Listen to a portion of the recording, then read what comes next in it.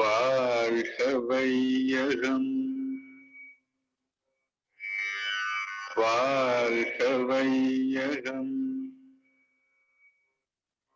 வாழ்க வளமுடன் வாழ்க வையகம்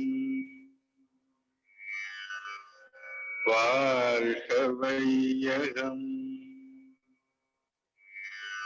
வாழ்க வளமுடன் வாழ்க வையகம்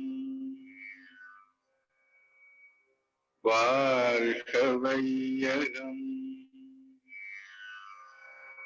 வாழ்க வளமுடன் வாழ்க வையகம் வாழ்க வையகம் வாழ்க வளமுடன்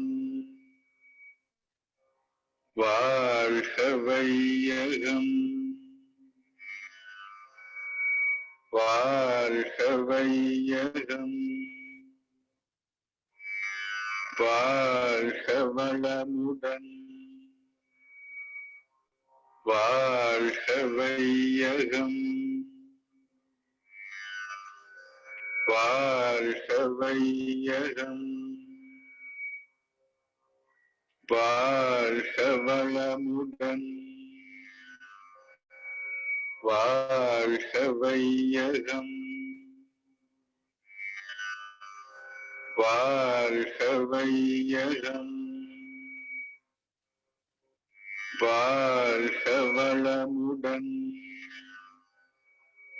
வாழ்க வையகம் வாழ்க வையகம் வாழ்க வளமுடன் வாழ்க வையகம் வாழ்க வையகம் வாழ்க வளமுடன்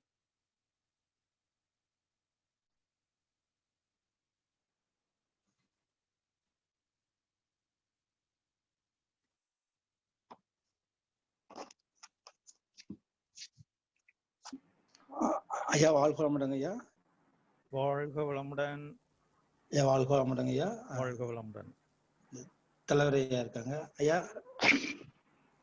வாழ்க வளமுடன். ஐயா வாழ்க வளமுடன். வாழ்க வளமுடன். நல்லா கேக்குங்க, நல்லா கேக்குங்க ஐயா, நல்லா கேக்குங்க. சரிங்க, வாழ்க வளமுடன்.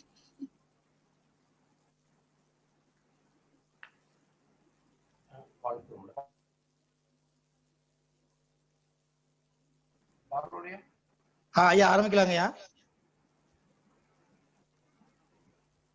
ஐயா அறிமுகப்படுத்துங்க. ஐயா சொல்லுங்க ஐயா. ஐயா சரியா வந்துட்டீங்களா? வந்துட்டீங்க. வாழ்க வளமுடன்.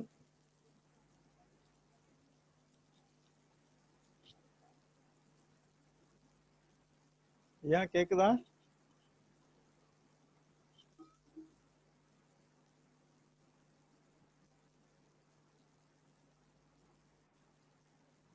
பேசுவாச்சு.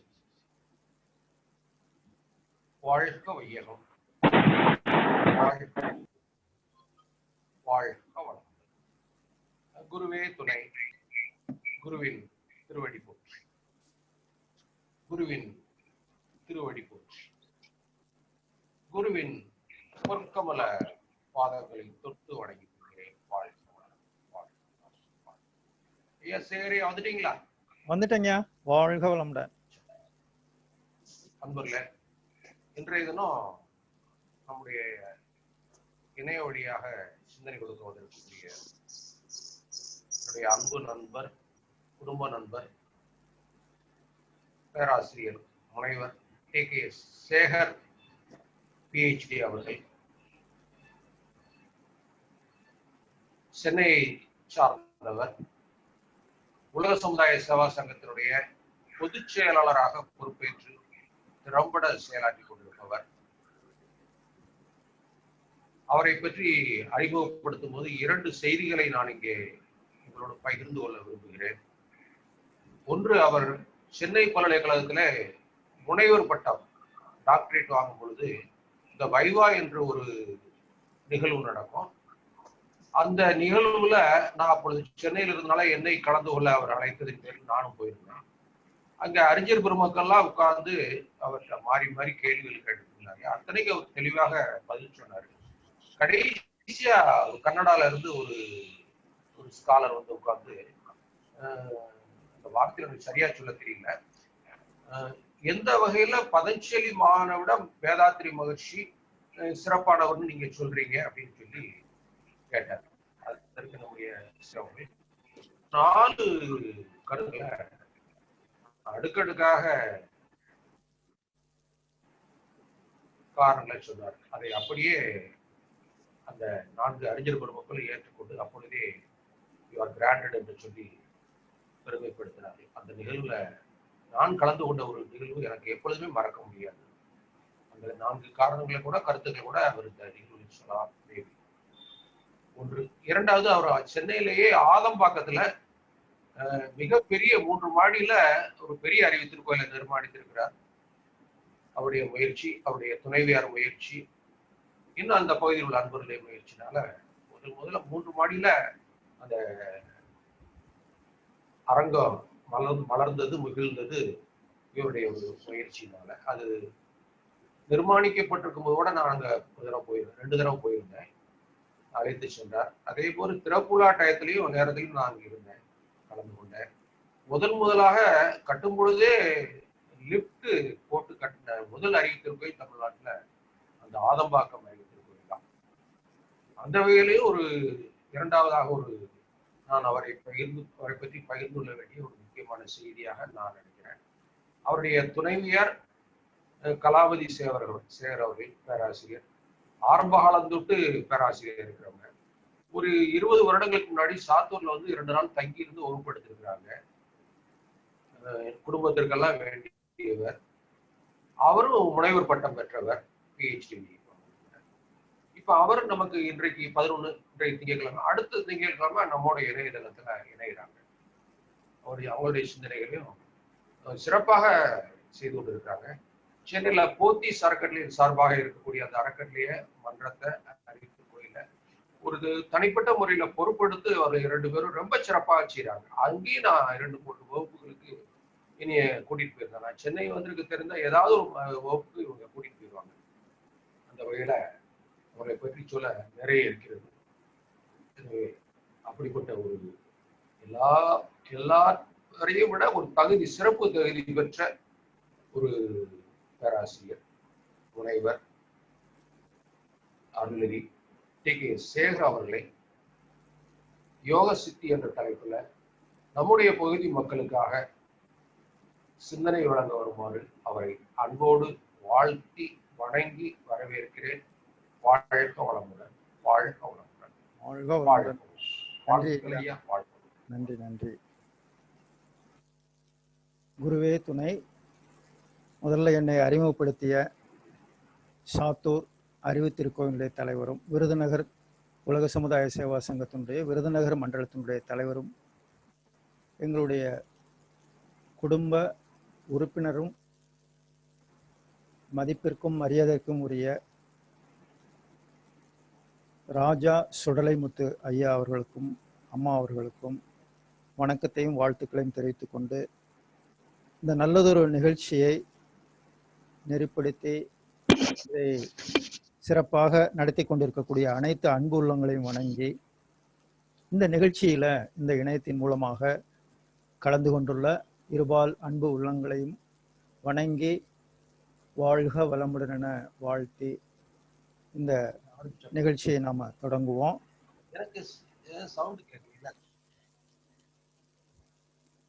சிறிது நேரம் தவம் ஏற்றுவோம். வாழ்க வளமுடன். இறை வணக்கம். ஆதி எனும் பரம்பொருள் மெய் எழுச்சி பெற்று அணுவன்ற உயிராகி அணுக்கள் கூடி மோதி இணைந்து இயங்குகின்ற நிலைமைக்கேற்ப மூலகங்கள் பலவாகி அவை இணைந்து பேதித்த அண்ட கோடிகளாய் மற்றும் பிறப்பு இறப்பிடை உணர்தல் இயக்கமாகி நீதி நெறி உணர் மாந்தராகி வாழும் நிலை உணர்ந்து தொண்டாற்றி இன்பம் காண்போம். குரு வணக்கம்.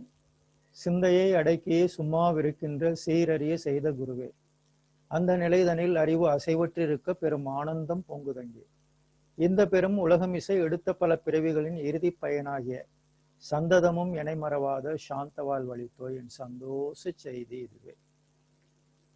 நாடி சுத்தி.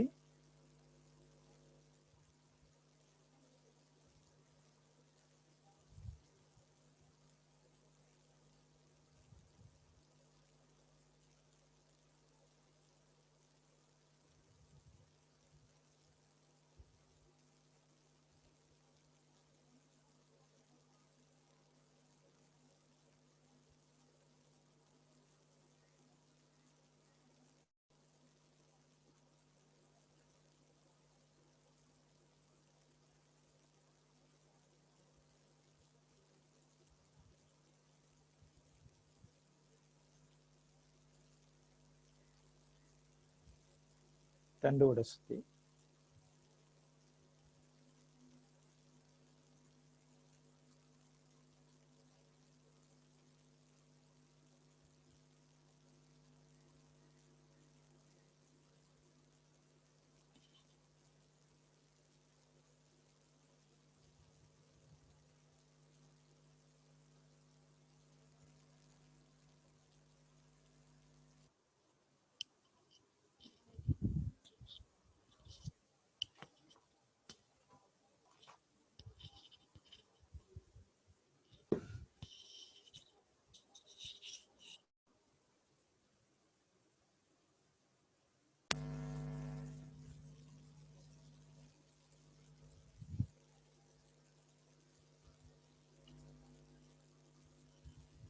வாழ்க வளமுடன். நாம் அமர்ந்துள்ள இடத்தை சுற்றிலும் நல்ல தெய்வீக ஆற்றலே நிரம்பின. நாம் அமர்ந்துள்ள இடத்தை சுற்றிலும் நல்ல தெய்வீக ஆற்றலே நிரம்பின. நாம் அமர்ந்துள்ள இடத்தை சுற்றிலும் நல்ல தெய்வீக ஆற்றலே நிரம்பின. அருட்பேராற்றல் உடலிலே உயிரிலே அலையலையாக பாய்வதை உணர்கிறோம். அருட்பேராற்றல் உடலிலே உயிரிலே அலையலையாக பாய்வதை உணர்கிறோம். அருட்பேராற்றல் உடலிலே உயிரிலே அலையலையாக பாய்வதை உணர்கிறோம். அருட்பேராற்றல் இரவும் பகலும் எல்லா நேரங்களிலும் எல்லா இடங்களிலும் எல்லா தொழில்களிலும் உறுதுணையாகவும் பாதுகாப்பாகவும் வழி நடத்துவதாகவும் அமையுமாக. அன்னைக்கு வணக்கம். தந்தைக்கு வணக்கம். ஆசான் அருள் தந்தை வேதாத்திரி மகரிஷி அவர்களுக்கு வணக்கம்.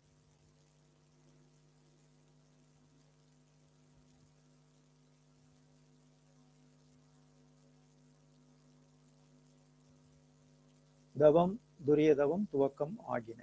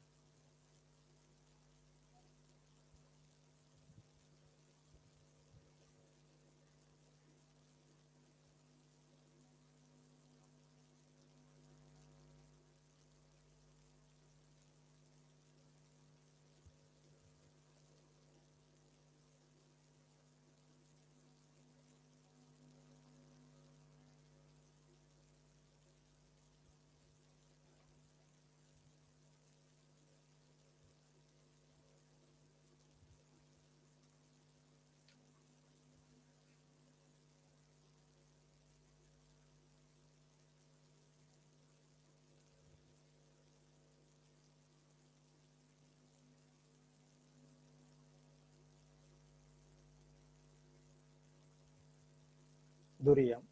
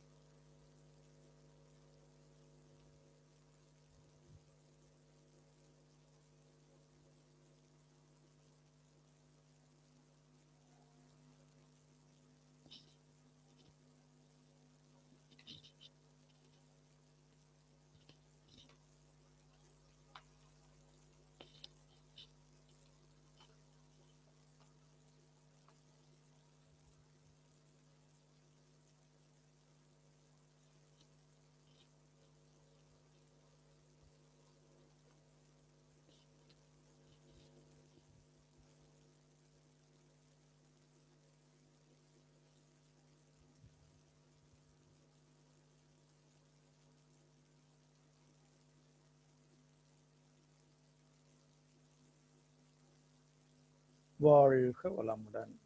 தவாற்றல் உடல் முழுவதும் பரவட்டும்.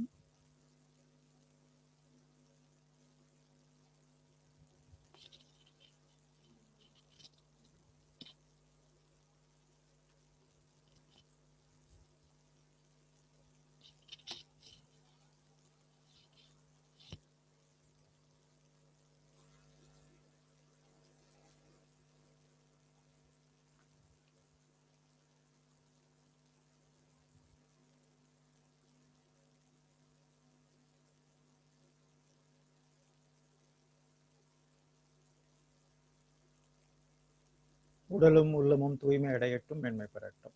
சங்கல்பமும் வாழ்த்துக்களும். அருட்பேராற்றல் கருணையினால் உடல் நலம், நீலாயுள், நிறை செல்வம், உயர் புகழ், மெய்ஞானம் ஓங்கி வாழ்வோம். அருட்பேராற்றல் கருணையினால் உடல் நலம், நீலாயுள், நிறை செல்வம், உயர் புகழ், மெய்ஞானம் ஓங்கி வாழ்வோம்.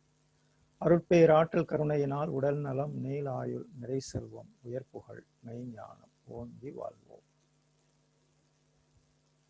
வாழ்க்கை துணையை வாழ்த்துவோம். பெற்ற மக்கள் செல்வங்களை வாழ்த்துவோம். உடன் பிறந்தோர்களை வாழ்த்துவோம். நெருங்கிய உறவினர்களையும் நண்பர்களையும் வாழ்த்துவோம்.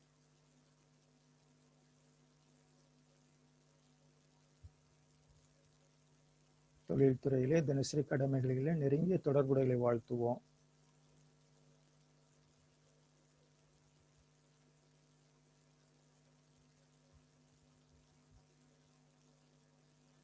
இன்னல் புரிவோர், எதிரிகளாக நினைப்போர் எவரேனும் இருப்பினும் அவர்களும் மனம் திறந்து நல்வாழ்வு பெற கருணையோடு வாழ்த்துவோம். ஆசான் அருள் தந்தை வேதாத்திரி மகரிஷி அவர்கள் அருளிய வேதாத்திரியம் வாழ்க வளமுடன். உலக சமுதாய சேவா சங்கம் வாழ்க வளமுடன். ஆழியார் அறிவு திருக்கோயில் வாழ்க வளமுடன். உலக சமுதாய சேவா சங்க விருதுநகர் மண்டலம், அதனை சார்ந்த அனைத்து மன்றங்களும், தவ மையங்களும், அறிவு திருக்கோயில்களும் வாழ்க வளமுடன். சிறப்பு வாழ்த்து. உலக மக்கள் அனைவரும் கரோனா வைரஸ் பாதிப்பிலிருந்து விடுபட்டு பூரண நலமுடன் வாழ வாழ்க வளமுடன். இந்திய அரசும் அதனுடைய அனைத்து பணிகளும் வாழ்க வளமுடன். தமிழக அரசு அதனுடைய அனைத்து பணிகளும் வாழ்க வளமுடன். மருத்துவர்களும் செவிலியர்களும் வாழ்க வளமுடன். மாவட்ட ஆட்சியாளர்கள் மற்றும் அரசு அதிகாரிகள் அனைவரும் வாழ்க வளமுடன். காவல்துறை கண்காணிப்பாளர்கள் மற்றும் காவலர்கள் அனைவரும் வாழ்க வளமுடன். மாநகராட்சி ஆணையாளர்கள், நகராட்சி, பேரூராட்சி அலுவலர்கள் மற்றும் துப்புரவு பணியாளர்கள் அனைவரும் வாழ்க வளமுடன். விவசாயிகள் மற்றும் உணவுப் பொருட்கள் வழங்குபவர்கள் அனைவரும் வாழ்க வளமுடன். இரண்டொழுக்க பண்பாடு. நான் எனது வாழ்நாளில் யாருடைய உடலுக்கும் மனதுக்கும் துன்பம் தரமாட்டேன். துன்பப்படுவோருக்கு என்னால் முடிந்த உதவிகளை செய்வேன். நான் எனது வாழ்நாளில் யாருடைய உடலுக்கும் மனதுக்கும் துன்பம் தரமாட்டேன். துன்பப்படுவோருக்கு என்னால் முடிந்த உதவிகளை செய்வேன். நான் எனது வாழ்நாளில் யாருடைய உடலுக்கும் மனதுக்கும் துன்பம் தரமாட்டேன். துன்பப்படுவோருக்கு என்னால் முடிந்த உதவிகளை செய்வேன்.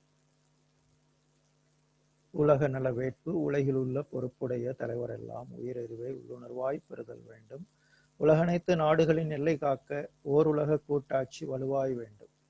உலகில் போர், பகை, அச்சமின்றி மக்கள் உழைத்துண்டு வளம் காத்து வாழ வேண்டும். உலகமெங்கும் மனித குலம் அமைதி எனும் ஒரு வற்றாத நன்னிதி பெற்று உய்ய வேண்டும். வாழ்க வையகம், வாழ்க வையகம், வாழ்க வளமுடன். மழை வாழ்த்து. ஏரி, குளம், கிணறு, ஆறு எல்லாம் நிரம்பி வழிய மாறி அளவாய் பொழிக மக்கள் வளமாய் வாழ்க. ஏரி, குளம், கிணறு, ஆறு எல்லாம் நிரம்பி வழிய மாறி அளவாய் பொழிக மக்கள் வளமாய் வாழ்க. ஏரி, குளம், கிணறு, ஆறு எல்லாம் நிரம்பி வழிய மாறி அளவாய் பொழிக மக்கள் வளமாய் வாழ்க. வாழ்க வையகம், வாழ்க வையகம், வாழ்க வளமுடன்.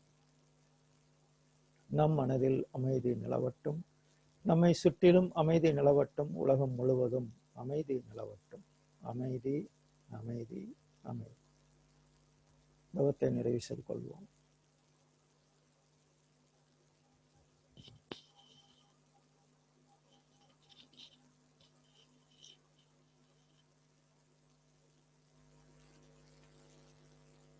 வாழ்க வளமுடன். தொடர்ந்து நம்ம சிந்தனைக்குள்ள செல்கிறோம்.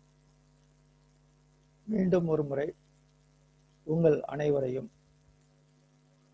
வணங்குவதிலும் வாழ்த்துவதிலும் மிக்க மகிழ்ச்சி அடைகிறேன். அடியேன் சார்பிலும் உலக சமுதாய சேவா சங்கத்தின் சார்பிலும் சென்னை மாநகர அறிவு திருக்கோயிலின் சார்பிலும் அனைவருக்கும் வணக்கமும் வாழ்த்துக்களும். மிக சிறப்பானதொரு தொண்டினை விருதுநகர் மண்டல மாவட்டங்கள், அந்த பகுதியில் இருக்கக்கூடிய மாவட்டங்களில் எல்லாம் நமது தலைவர் ராஜா சுடலைமுத்து ஐயா அவர்கள் மிக சிறப்பாக தொண்டாற்றி கொண்டிருக்கிறார்கள். ஐயா அவர்களை என்ன அறிமுகப்படுத்தினாங்க. அடிக்கடி சென்னைக்கு வரும்போதெல்லாம் இங்கே திருவான்மியூர் ஹெட் ஆஃபீஸ்க்கு வருவாங்க. இப்போ நிறைய பேர் வரும்பொழுதெல்லாம் அங்கங்கே சென்னை வருவாங்க. ஆனால் தலைமை மன்றம் அவ்வளவு ஆர்வத்தோடு வருவது இல்லை. ஆனால் ஐயா அவர்கள் ஒவ்வொரு முறை வரும்பொழுதும் தலைமை மன்றம் வந்து எட்டி பார்ப்பாங்க. அந்த எப்பொழுதும் அதே சிந்தனையிலே வாழ்ந்து கொண்டிருப்பவர்கள். அவர்களை பற்றி நிறைய சொல்லலாம். நேரம் கருதி அவருடைய தொண்டினை பாராட்டுவதிலே, வணங்குவதிலே, வாழ்த்துவதிலும் நாம் அனைவரும் கடமைப்பட்டிருக்கிறோம் என்று கூறி, அன்பர்களை யோக ரகசியம் அப்படின்னு ஒரு தலைப்பு. அதாவது இந்த யோகம் என்பது என்ன, இந்த யோகம் மனித குலத்திற்கு ஏன் தேவை, இதை எப்படி வைத்திருந்தார்கள் நம்முடைய முன்னோர்கள், இது ஏன் மனித குல அனைவருக்கும் இது சென்று சேரவில்லை, இதை மனிதன் பெற்றால் என்னென்ன நன்மைகள் கிடைக்கும், மனிதன் ஏன் இந்த யோகத்தை பெற முடியாமல் தவித்துக் கொண்டிருக்கிறான், மனிதனுடைய வாழ்க்கை எவ்வாறு இருக்கிறது என்ற ஒரு கேள்விகளை எல்லாம் வைத்துக்கொண்டு இந்த சிந்தனை உங்களுக்கு வழங்க வேண்டும் என்று விரும்புகிறேன். நாம் வாழ்ந்து கொண்டிருக்கக்கூடிய இந்த உலகம், இந்த மனித குலம் இன்னைக்கு பார்க்குறோம் எவ்வளவு பல்வேறு கோணங்களில நமது வாழ்க்கை வந்து எவ்வளவு அமைதியற்று, எந்த திசையை நோக்கி போவது, என்ன செய்வது என்று தெரியாமல் தவித்துக் கொண்டிருக்கக்கூடிய காலமாக இந்த காலத்தை நாம் பார்க்கிறோம். எவ்வளோ விஞ்ஞான வளர்ச்சி பெற்றிருந்த போதிலும் ஒரு தனி மனித வாழ்விலே அமைதி இல்லை. குடும்பங்களில பார்க்க போனா பெரும்பாலான குடும்பங்களில பல குழப்பங்கள், ஏன் சமுதாயமே குழப்பம் அடைந்திருக்கிறது. உலக நாடுகள் முழுவதிலும் ஒரு பெரும் குழப்பங்கள், போர், பகை, பிணக்கு எல்லாம் இருக்கிறது. இதெல்லாம் இந்த உலகம் தோன்றிய காலத்தில் இதெல்லாம் இருந்ததா? இது இயற்கையா? என்ன காரணம் என்று கண்டுபிடிக்கும் போது பெரும்பாலும் நம்முடைய தனி மனித வாழ்க்கையில ஒரு அமைதி என்பது எப்பொழுது இந்த காரண காரியங்களை கண்டுபிடித்து தனி மனிதன் அமைதி பெறும் பொழுது இந்த உலகத்துல அமைதி வர முடியும் என்பதுதான் இந்த மனவளக்கலனுடைய பெருமை. உண்மையிலேயே சொல்ல போனா இந்த உலகத்துல இதுவரைக்கும் வந்த சிந்தனையாளர்கள் மத்தியில நமது அருள் தந்தை அவர்கள் ஒரு மிகப்பெரிய ஒரு வாழ்க்கை நெறியை நமக்கு வழங்கியிருக்கிறார்கள். நாம் நல்ல குருவை பெற்றிருக்கிறோம், நல்ல ஒரு சங்கத்தை பெற்றிருக்கிறோம், நல்ல ஒரு தத்துவங்களை பெற்றிருக்கிறோம் என்று நாம் பெருமைப்பட்டுக் கொள்ள வேண்டும். இதற்கெல்லாம் நம்ம என்ன பாக்கியம் செய்திருக்கிறோம் என்று சிந்தித்து பார்க்கணும். அப்ப நல்ல ஒரு பாதை, இது போன்ற ஒரு நல்ல பாதையை ஒரு எப்படி வாழ வேண்டும், எப்படி வாழக்கூடாது என்று தெரிந்து கொண்டு வாழக்கூடிய ஒரு பாதையை இந்த உலகத்தில் எல்லோரும் பெற்றிருக்கிறார்களா? நாம் எப்படி பெற்றோம் என்றால் நமக்கு மனவளக்கலை யோகம் கிடைத்திருக்கிறது. அதனால் நாம் இந்த சிந்தனைகளை எல்லாம் சிந்திக்கக்கூடிய ஒரு பெரும் வாய்ப்பை பெற்றிருக்கிறோம். ஆனால் இந்த உலகத்துல தனி மனிதனை பற்றி நாம் சிந்தனைக்கு எடுத்துக்கொள்ளும் போது மனிதன் என்றால் என்ன? உடலாலும் அறிவாலும் மனிதன் இயங்கிக் கொண்டிருந்தாலும் இந்த மனிதகுலம் ஆதிகாலம் தொற்று இன்று வரை இந்த மனிதன் நீண்ட ஒரு சரித்திரத்தை பெற்று வளர்ந்து வாழ்ந்து பல்வேறு அறிவு நிலையிலே உயர்ந்து இந்த தனி மனித வாழ்க்கை ஒரு சமுதாய வாழ்க்கையாக பின்னி பிணைந்து வாழ்ந்து கொண்டிருக்கிற காட்சியை பார்க்கிறோம். தனி மனிதன் ஒரு சமுதாயத்தை விட்டு விட்டு விலகி வாழ முடியாத ஒரு சூழ்நிலையை பார்க்கிறோம். உதாரணத்துக்கு இப்ப ஒரு தனி மனிதனை வீட்டுல இருக்க சொன்னா வீட்டுல இருக்க முடியல அப்படின்னா அவன் சமுதாயத்தோட பழகி சமுதாயத்திலிருந்து பல்வேறு வளங்களை பெற்று வளர்ந்து வாழ்ந்து வந்து விட்டான். தனித்து இருக்க முடியல. அப்ப தனி மனிதன் அப்படின்னு சொல்லும் போது அவன் சமுதாயத்தினுடைய ஒரு அங்கமாக இருக்கிறான், சமுதாயத்தோடு இணைந்து இருக்கிறான், இணைப்பு பெற்றிருக்கிறான். அது மட்டுமல்ல, இயற்கையோடும் இணைப்பு பெற்றவனாக மனிதன் இருக்கிறான். இந்த மனித மனம் பல்வேறு வகையில இதுகாரும் வாழ்ந்து பெற்ற பல்வேறு பழக்க வழக்கங்களை ஒரு குணமாக பெற்று வந்திருக்கிறதையும் பார்க்கிறோம். ஒவ்வொரு மனிதனுக்குள்ளாகவும் ஒவ்வொரு விதமான குணம், ஒரு கேரக்டர் அமைந்திருப்பதை பார்க்கிறோம். அந்த குணம், தன்மை இவற்றுக்கு தகுந்தவாறு ஒவ்வொரு நாளும் எந்த செயலில ஈடுபடணும், இந்த வாழ்க்கையில எப்படி நல்லதை பெறுறது என்பது அமைகிறது. ஒவ்வொரு மனிதனுக்கும் அவனுடைய குணத்திற்கேற்ப அவனுடைய செயலுக்கேற்ப இன்பமோ துன்பமோ அவனுடைய வாழ்க்கையில் கிடைத்து கொண்டிருக்கிறது. அப்ப எதை மனிதன் செய்து அந்த மனதிலே பெற்ற பதிவுகளை வைத்திருக்கிறானோ அதனுடைய தன்மைக்கு ஏற்ப அவனுடைய செயல்கள் இருக்கின்றன, அவனுடைய சிந்தனை இருக்கிறது, அவனுடைய எண்ணங்கள் இருக்கிறது. அந்த எண்ணங்கள் ஒரு குணமாக மாறி அவனிடம் வந்திருக்கின்றன. ஒரு தனி மனிதன் சேகரித்து வைத்திருக்கிற இந்த குணத்தை பிராரப்த கர்மம் என்று சொல்வார்கள். அப்ப இந்த பிறவியில் மனிதன் செய்த செயல்பதிவுகள் அத்தனையும் இப்பிறவியின் வினை என்பதை பிராரப்த வினை என்று சொல்வாங்க. அதே போன்று ஒரு மனிதன் இந்த உலகத்துக்கு வரும் பொழுது, பிறக்கும் பொழுதே இருப்பாக இருந்த பதிவு பல தலைமுறைகளாக கரு அமைப்பின் மூலமாக தொடர்ந்து வந்த பதிவுகள் அவனுடைய பெற்றோரிடமிருந்து வந்திருக்கிறது. பெற்றோரிடமிருந்து குழந்தைகளுக்கு ஒரு பதிவு வந்து கொண்டே இருக்கிறது, ஒரு குணம் வந்து கொண்டே இருக்கிறது. இதை சஞ்சீத கர்மம் என்று சொன்னாங்க. அப்ப இது நீண்ட கால தொடராக வந்தது. அப்ப இப்ப நம்ம முன்பதிவு, அதாவது பிறக்கும் பொழுதே கொண்டு வந்த ஒரு கர்மம், பிறந்த பிறகு செய்யக்கூடிய கர்மம். கர்மம் என்றால் செயல். அப்ப இந்த சஞ்சீத கர்மம், பிராரப்த கர்மம், இது இரண்டையும் சேர்ந்தா இந்த இரண்டினுடைய தன்மையை கூட்டி பார்த்தால் அதுவே ஒரு மனிதனுடைய ஒரு தரமாக, ஒரு குணமாக, அறிவாட்சி தரமாக, மனிதனுடைய தன்மையாக, அவனுடைய மனதின் தன்மையாக அமைகிறது. அதற்கேற்பதான் அவ்வப்போது அவனுடைய தேவைகளும் தேவைகளுக்கு ஏற்றவாறு அவனுடைய செயல்களும் எண்ணங்களும் நடைபெற்று கொண்டிருக்கின்றன. அதே செய்து மீண்டும் மீண்டும் அதே நிலையில் மனிதன் வாழ்ந்து கொண்டிருக்கிறான். இந்த மனித குலம், ஒட்டுமொத்த மனித குலமும் அவனுடைய மனதிலே எத்தகைய எண்ணங்கள் வந்து கொண்டிருக்கின்றனவோ அந்த பதிவுகளின் வழியிலேயே வாழ்ந்து கொண்டிருக்கிறான். அப்படி அவன் இன்றைக்கு ஒரு வாழ்க்கையை வாழ்கிறான் என்றால் நேற்று வரைக்கும் அவன் என்ன சேகரித்து வச்சிருந்தானோ அதை வைத்துக்கொண்டு வாழ்கிறான். இன்னைக்கு ஒரு புதிய கர்மத்தை செய்கிறான், புதிய பதிவுகளை மனதிலே ஏற்படுத்திக் கொள்கிறான். இதற்கு ஆகாமிய கர்மம் என்று பெயர். ஆன்மாவுக்கு இச்சையை ஊட்டி செயலில் ஆழ்த்த வல்லது ஆகாமியம். ஆகவே அன்பர்களே, இந்த 3 கர்மங்களுக்கு இடையே மனிதன் இருப்பதனால் ஒவ்வொரு மனிதனிடம் இதுவரையில் செய்த செயல்களின் விளைவாகவே அவனுடைய தரம் அமைந்துள்ளது. ஆனா மனுஷன்கிட்ட அவன் தேவைப்பட்டால் அவன் இதையெல்லாம் தெரிந்து கொண்டு அவனுடைய சூழ்நிலையை மாற்றிக்கொள்ள முடியுமா, அவனுடைய குணத்தை மாற்றிக்கொள்ள முடியுமா என்றால் அவனால் மாற்றிக்கொள்ள முடியும்.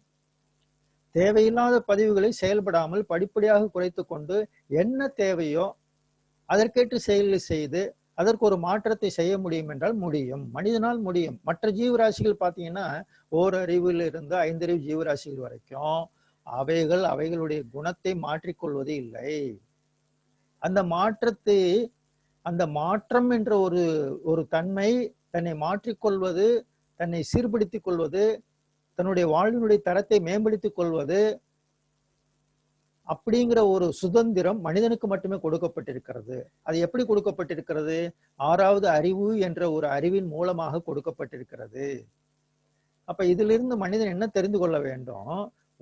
முதல்ல இந்த உடல் எடுத்து வந்தது, உடலை பற்றி தெரிந்து கொள்ளணும், உயிரை பத்தி தெரிஞ்சுக்கணும், மனசை பத்தி தெரிஞ்சுக்கணும், தனி மனிதனுக்கும் இயற்கைக்கும் உள்ள உறவை பற்றி அறிந்து கொள்ளணும். அப்படி தெரிந்து கொண்டு இயற்கையினுடைய இனிமை கெடாமல் மனிதன் வாழ தெரிந்து கொண்டு வாழ்ந்தானேயானால், ஒரு திட்டமிட்டு அவன் துன்பம் வராமல் காத்து கொண்டு வாழ்ந்தானேயானால் அவனுடைய வாழ்க்கையில வரக்கூடிய துன்பங்கள் எல்லாத்திலிருந்தும் அவன் விலகிக் கொள்ள முடியுமே. அப்ப இதுவரையிலே வந்த பதிவுகளிலிருந்து மனிதன் மீண்டு வர வேண்டுமானால் ஒரு புதிய பதிவுகளை ஏற்படுத்த வேண்டும். அதற்காக ஒரு பயிற்சி முறை வேண்டும், நற்சிந்தனைகள் வேண்டும். அப்படி புதிய பதிவுகளை ஒரு மனிதன் தனக்குள் ஏற்படுத்தி கொள்ளும் போது அந்த பதிவுகளை தரத்தக்க செயல்களை நன்மையான செயல்களாக உடலுக்கும் மனசுக்கும் பலப்படுத்தக்கூடிய, இந்த சமுதாயத்துக்கு நன்மை தரக்கூடிய, எல்லாருக்கும் நன்மை தரக்கூடியதாக அது அமைய வேண்டும். அதாவது ஒரு நல்ல விஷயம், ஒரு நல்ல அடுத்து அடிக்கடி சொல்லுவாங்க, ஆக்கத்துறையில் அறிவை செலுத்து, ஊக்கமுடன் உழை, உயர்வு நிச்சயம் என்று சொல்றார். அப்ப இதுவரைக்கும் வந்த மனித அறிவை பார்த்தோம்னா ஆக்கத்துறையிலும் அறிவு செலுத்தி இருக்கு, அழிவுத்துறையிலும் அறிவு செலுத்தி வந்திருக்குது. இந்த உலகத்திலே இன்பங்களும் நிறைந்திருக்கின்றன, துன்பங்களும் நிறைந்திருக்கின்றன. மனித வாழ்க்கையில நன்மைகளும் மனிதனுக்கு கிடைத்து கொண்டிருக்கிறது, தீமைகளும் வந்து கொண்டே இருக்கு. எது பெருகி இருக்கிறது? இந்த உலக வாழ்க்கையில இதுகாரும் வாழ்ந்த மனித குலத்துல இன்றைய சூழ்நிலையில மனிதன் எதை பெருக்கி வைத்திருக்கிறான்? பெரும்பாலும் மனித குலம் ஒரு இன்பமாக வாழ்வதற்கு வேண்டிய அத்தனையும் பெருக்கி வச்சிருக்கிறானா, இல்ல மனித வாழ்க்கையில் துன்பங்கள் அதிகமாக பெருகி இருக்கிறதா என்றால் துன்பங்களே அதிகமாக பெருகி இருக்கிறது. துன்பங்களும் துயரங்களுமே அதிகமாக இருக்கக்கூடிய காட்சியை பார்க்கிறோம். அப்ப இதை சரிப்படுத்த வேண்டும் என்றால் ஒரு மனிதனுடைய வாழ்க்கை சரிப்படுத்த வேண்டியதாக இருக்கிறது, மனிதனுடைய மனதை ஒழுங்குபடுத்த வேண்டியதாக இருக்கிறது. அப்ப இந்த மனம் என்பது எங்கே இருந்து செயல்படுகிறது? அவனுடைய உடலில் இருந்து செயல்படுகிறது. அப்ப இந்த உடலையும் சரிப்படுத்த வேண்டியதாக இருக்கிறது. இப்ப இது எல்லாம் இந்த உடம்பு, உயிர், மனம் இவை எல்லாவற்றையும் இணைத்த, எல்லாவற்றையும் ஒழுங்குபடுத்தக்கூடிய ஒரு பயிற்சியைத்தான் யோகம் என்று சொல்கிறோம். அப்ப யோகம் என்ற போது ஒரு உடல், உயிர், மனம் இவற்றுக்கெல்லாம் ஒரு பயிற்சி என்பது அந்த யோகத்திலே இருக்கிறது. இது எப்பொழுதோ நீண்ட காலத்திற்கு முன்னதாகவே பதஞ்சலி என்ற முனைவர் யோக சாஸ்திரங்களில் மனதுக்கான பயிற்சியை, இந்த உடலுக்கான பயிற்சிகள் இரண்டையும் இணைத்து 8 விதமான அங்கங்களாக கொண்டு வந்திருக்கிறார். இயமம், நியமம், ஆசனம், பிராணாயாமம், பிரத்யாகாரா, தாரணா, தியான, சமாதி. இதுல இயமம், நியமம், ஆசனம், பிராணாயாமம் என்பது இந்த 4ம் உடலுக்கானது, உடலை நன்றாக வைத்துக் கொள்ளக்கூடியது, தனக்கும் பிறருக்கும் இடையே ஒழுக்கத்தை நல்லபடியாக ஏற்படுத்திக் கொள்வது, அதற்கும் மேலாக மனதை வளப்படுத்திக் கொள்வதற்காக பிரத்யாகாரா, தாரணா, தியானம், சமாதி என்ற 4 முறைகளை கொடுத்தார்கள். அப்ப இதுதான் யோக சாதனை என்று யோக மார்க்கத்தில் சொல்லப்படுகிறது. இந்த பிரத்யாகாரா என்றா வேற ஒண்ணும் இல்லை, புலன்கள் மூலமாகவே ஈடுபட்டு கொண்டிருக்கக்கூடிய மனதை திருப்பி உடலுக்குள்ளாக உள்ள உயிருக்கு உள் செலுத்தி, மனதை உயிர் மேல் செலுத்தி உள்நாட்டம் கொண்டு, அதாவது உள்கடந்து என்று சொல்வார்களே, இன்னர் டிராவல் என்று சொல்லுவாங்க. அப்படி செய்யும் பொழுது வெளி விவகாரங்களிலிருந்து மனமானது விடுபட்டு ஒரு அமைதி நிலைக்கு முதலில் வருகிறது. அப்ப அந்த அமைதி நிலைக்கு உள்ளர மனதை செலுத்தி, அப்ப அதைத்தான் அருள்துணை சொல்லுவாங்க, தீய வினைப்பதிவுகளை திருத்தி போக்கி தெளிந்த அறிவின் விழிப்பில் நிலைத்து என்றும் தூய வினை தேர்ந்து ஆற்றி துன்பம் நீக்கும் தொழில்களையே கடமை என தேர்ந்து செய்து மாயமெனும் மறைபொருளாம் அறிவறிந்து மண்ணுலகில் உயிர்களுக்கு துன்பம் நீக்க நேயமுடன் தொண்டாற்றி இன்பம் துய்க்கும் நிறை வாழ்வாம் நெறியதுவே யோகமாகும் என்று சொல்றார். அதாவது மனிதனிடம் இருக்கக்கூடிய தீய வினைப்பதிவுகளை திருத்தி போக்க வேண்டும். முதலில் செய்ய வேண்டியது மனிதன் தன்னிடம் இருக்கக்கூடிய களங்கங்களை, தீய பதிவுகளை திருத்தி கொள்ள வேண்டும். எப்படி திருத்துவது? இதை எங்கே போய் செய்வது? திருத்துவதற்கான பயிற்சி யார் தருவார்கள்? எந்த மனிதர் வைத்துக்கொண்டு அழைத்து கொண்டிருக்கிறார்? நான் உங்களை திருத்துகிறேன் திருத்துகிறேன், எந்த மனிதர் அழைத்து கொண்டிருக்கிறார்? அப்ப இது முதல்ல திருத்துவதற்கு முதல்ல தன்னை தான் தீய வினைகளை வைத்திருக்கிறோம் என்று ஒரு மனிதனுக்கு தெரிஞ்சாதானே போய் அவன் தன்னை திருத்திக் கொள்வான். முதல்ல தான் தீய வினைப்பதில் வச்சிருக்கிறோங்கிறது மனித மனம் ஒத்துக்கணும். அப்புறம் அதை திருத்துவதற்கு வேண்டிய முயற்சிகளில் ஈடுபட வேண்டும். அதன் பிறகு தூய வினைகளை தேர்ந்து அந்த வழியிலே வாழ வேண்டும். அத்தகைய கடமைகளை செய்ய வேண்டும், அத்தகைய தொழில்களை செய்ய வேண்டும். அதன் பிறகு இது எல்லாவற்றுக்கும் மேலாக மறைபொருளாக இருக்கக்கூடிய அந்த இறைநிலையை அறிந்து இந்த உலகத்துல அதோடு நின்று விடாமல் இந்த உலகத்தில் வாழ்ந்து கொண்டிருக்கக்கூடிய உயிர்களுக்கு துன்பம் நீக்க கருணையோடு அன்போடு தொண்டாற்றி இன்பம் துய்த்து வாழக்கூடிய ஒரு நிறை வாழ்வே வாழும் நெறியதுவே யோகமாகும் என்று சொல்றார். அப்ப இதற்கெல்லாம் ஒரு பயிற்சி வேண்டும்.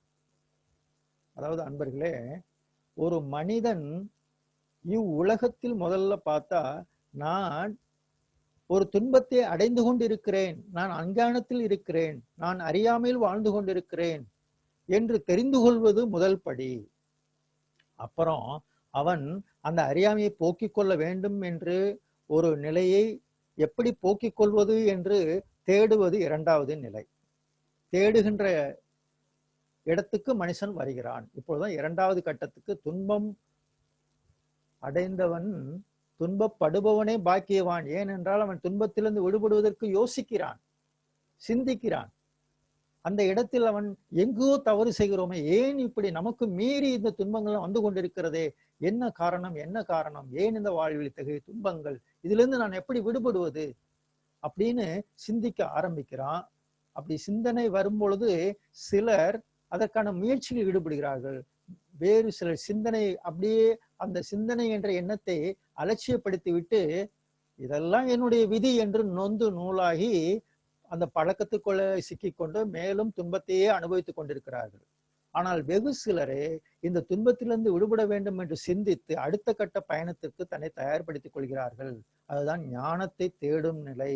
ஞானத்தை நோக்கிய ஒரு பயிற்சியில தன்னை ஈடுபடுத்திக் கொள்வது. அப்புறம் அந்த பயிற்சி யாரு கொடுக்கிறா? இத்தகைய பயிற்சி யாரு கொடுக்கிறா? இது இத்தகைய பயிற்சிகளை எல்லாம் பெற வேண்டும் என்றால் இந்த உடல், உயிர், மனம் இதை பற்றி எல்லாம் அறிந்தவர்களுடைய தொடர்பு தேவை அல்லவா? அப்ப இந்த மாதிரி இந்த உடம்பு தெரியுது, இந்த உடம்புடைய இயக்கம் எல்லாருக்கும் தெரியுதா? இந்த உடல் எப்படி இயங்கிக் கொண்டிருக்கிறது, உணவு சாப்பிட்றோம் 7 தாதுக்களா மாறிக்கொண்டிருக்கிறது, இந்த 7 தாதுக்களாக எப்படி பிரிந்து கொண்டிருக்கிறது என்ற இயக்கத்தினுடைய சூட்சுமங்கள் எல்லாம் புரிகிறதா? இந்த உடம்புக்குள்ள இருக்கக்கூடிய உயிர் என்று ஒரு சக்தி இருக்கிறது, அதை பற்றி தெரிந்து வைத்திருக்கிறோமா? மனம் என்று ஒன்று இயங்கிக் கொண்டிருக்கிறது, அதை பற்றி தெரிந்து கொண்டிருக்கிறோமா? அப்பொழுது இத்தகைய அறிவிலே மனதை செலுத்தி அறிந்தவர்கள் யார் என்று பார்க்கும் பொழுது அவங்களுக்கு ஒரு பேர் வச்சாங்க. அவர்களை குரு அப்படின்னு சொன்னாங்க. குரு என்பவரை ஒரு மனிதன் அடையும் பொழுது அவர் இவனுடைய குருட்டினை நீக்குகிறார். கு என்றால் இருள், ரு என்றால் நீக்குபவர். இவனுடைய அஞ்ஞானத்தை, இவனுடைய அறியாமையை நீக்குபவரே குரு. அப்படிப்பட்ட குருவை அடைய வேண்டும். அப்படிப்பட்ட குருவை அடையும் பொழுது அவர்தான் இந்த உடலை பற்றிய அறிவை விளக்குகிறார். இந்த உடல் எப்படிப்பட்டு வந்தது, இந்த உடம்பு உனக்கு எப்படி வந்தது, இது உருவானது எப்படின்னு தெரியுமா, இந்த உருவாகி நீ வந்திருக்கியே, இந்த உடம்பினுடைய மேன்மை தெரியுமா, இந்த உடல் எதுக்காக உனக்கு கொடுக்கப்பட்டிருக்கிறது என்று தெரியுமா, இந்த உடலை வைத்துக்கொண்டு நீ எதற்காக பிறந்திருக்கிறாய் என்பது தெரியுமா, இந்த உடலை வைத்துக்கொண்டு நீ அடைய வேண்டிய லட்சியம் என்ன, நோக்கம் என்ன, அந்த உயர்வான குறிக்கோள் என்ன என்று தெரியுமா, இந்த உடலை எப்படி ஆரோக்கியமா வைத்துக் கொள்ள வேண்டும், ஏன் ஆரோக்கியமா வைத்துக் கொள்ள வேண்டும், இப்படி எல்லா விளக்கங்களையும் கொடுத்து அந்த உடலினுடைய ஆரோக்கியத்துக்கான பயிற்சிகளை ஒரு குருவே அளிக்கிறார். அதன் பிறகு அந்த உடலுக்குள்ளாக இருக்கக்கூடிய அந்த உடலை இயக்கி கொண்டிருக்கக்கூடிய அந்த ஆற்றலை பற்றி விளக்குகிறார். அதான் உயிர் ஆற்றல் என்று சொல்றோம். அப்ப அந்த உயிர் ஆற்றலுடைய இயக்கத்தை சமப்படுத்த வேண்டும். அப்ப உயிரை பற்றி விளக்கம் கொடுத்து உயிராற்றலுடைய இயக்கத்தை சமப்படுத்துவதற்கு அதற்கான பயிற்சிகள் முற்காலத்துல இந்த உயிராற்றலை சமப்படுத்துவதற்கு பல்வேறு யோக பயிற்சிகளில் ஈடுபட்டார்கள். ஆனா இன்றைய காலகட்டத்துல மிக எளிமையான பயிற்சிகள்லாம் வந்துவிட்டன. ரொம்ப சுலபமாக உயிராற்றலை வளப்படுத்துவதற்கான பயிற்சிகள் எல்லாம் வந்துவிட்டன. அப்ப இத்தகைய அறிவுல காலம் காலமாக சிந்தித்து வந்த அந்த குருமார்கள் வரிசையில அருள்தந்தை அவர்கள் ஒரு எளிமையான முறையை கண்டார்கள்.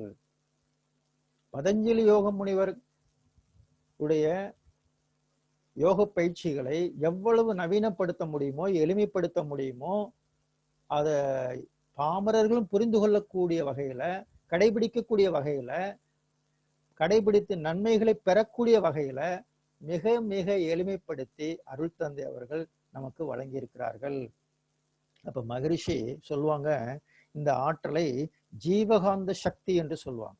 இந்த ஜீவகாந்த சக்தியினுடைய அழுத்தம், அந்த அழுத்தத்தை சரிப்படுத்த வேண்டும். அது மூலாதாரத்தில் இருந்து இயங்கும் பொழுது உணர்ச்சி நிலை, அதற்கு அழுத்தம் கொடுத்து அந்த மூலாதாரத்திலிருந்து புருவ மையத்துக்கு கொண்டு வரணும். படிப்படியாக மேலே ஏற்றி அது புருவ மையத்துக்கு கொண்டு வந்த காலம் முற்காலம்.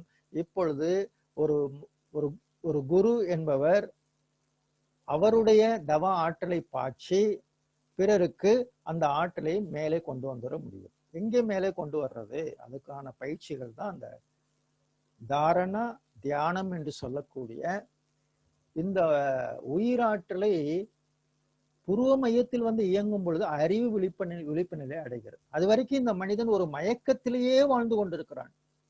அவனுடைய அறிவு ஒரு மன மயக்கத்திலேயே செயல்பட்டு கொண்டே இருக்கு, பதிவுகளின் வழியிலேயே செயல்பட்டு கொண்டிருக்கிறது. அதை மாற்றி மனம் விழிப்பு நிலை அடைய வேண்டும்.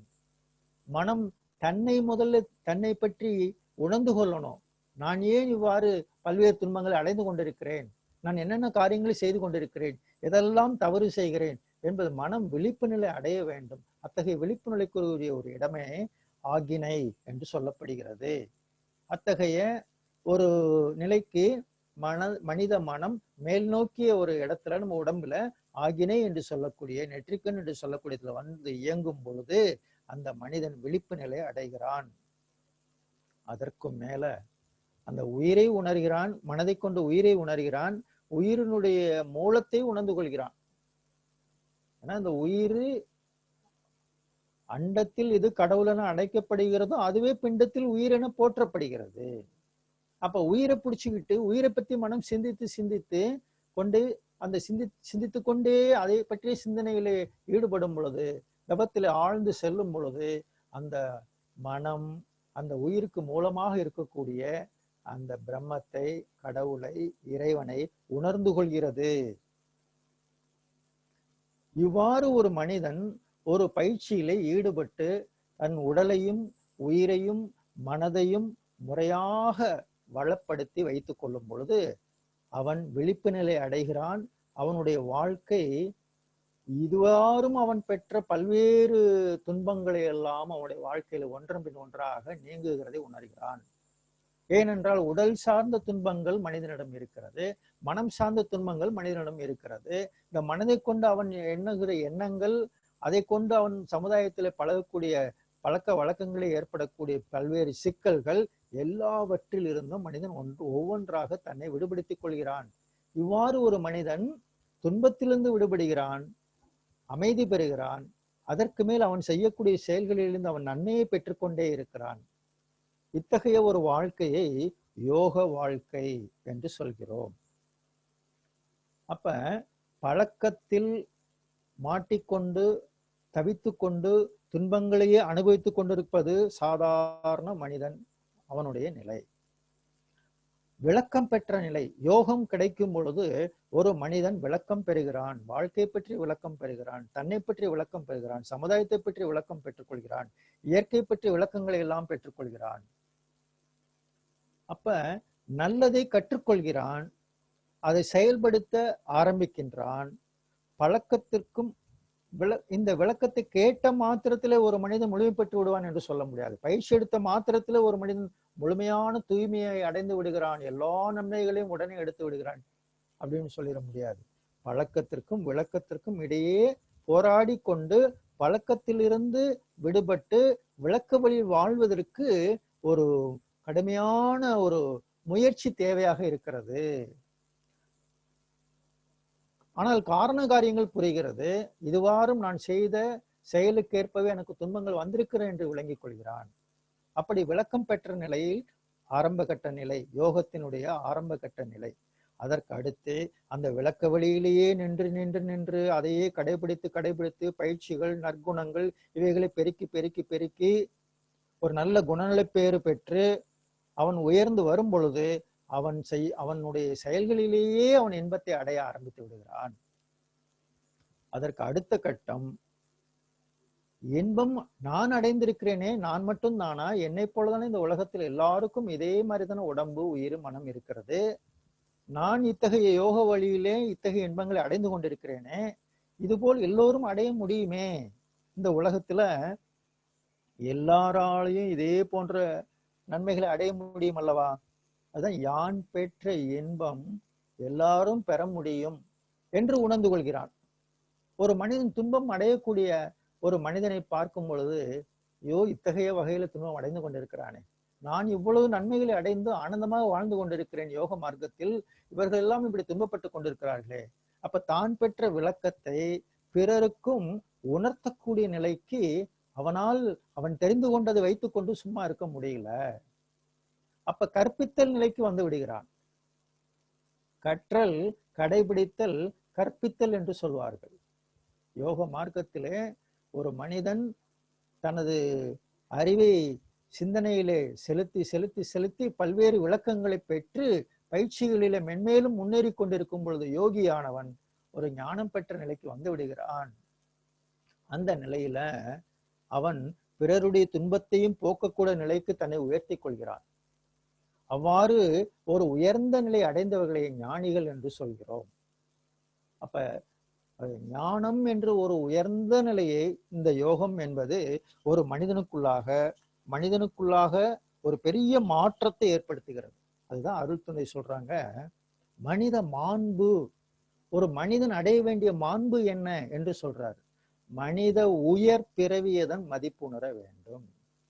மனம், உயிர், மெய் மூன்றான மறைபொருட்களான மனிதனுடைய ஆற்றல்களை மலர வைக்க வேண்டும். மறைந்திருக்கும் உட்பதிவாம் பல வினைகள் தம்மை மனிதனே மாற்றி அறச் செயல்பதிவு செய்து மன தூய்மை வினை தூய்மை பெற்று பரத்து உறைந்து மனிதன் அவன் உயர் மனிதனாக வாழச் செய்யும் மனவள கலை இதனை பரப்பே நலம் காண்போம் என்று சொன்னார். இத்தகைய உயர்ந்த விஷயங்களை எல்லாம் கொடுக்கக்கூடியதான் மனவளக்கலை என்று ஆணித்தரமாக அருள் தந்தை அவர்கள் வழங்குகிறார்கள்.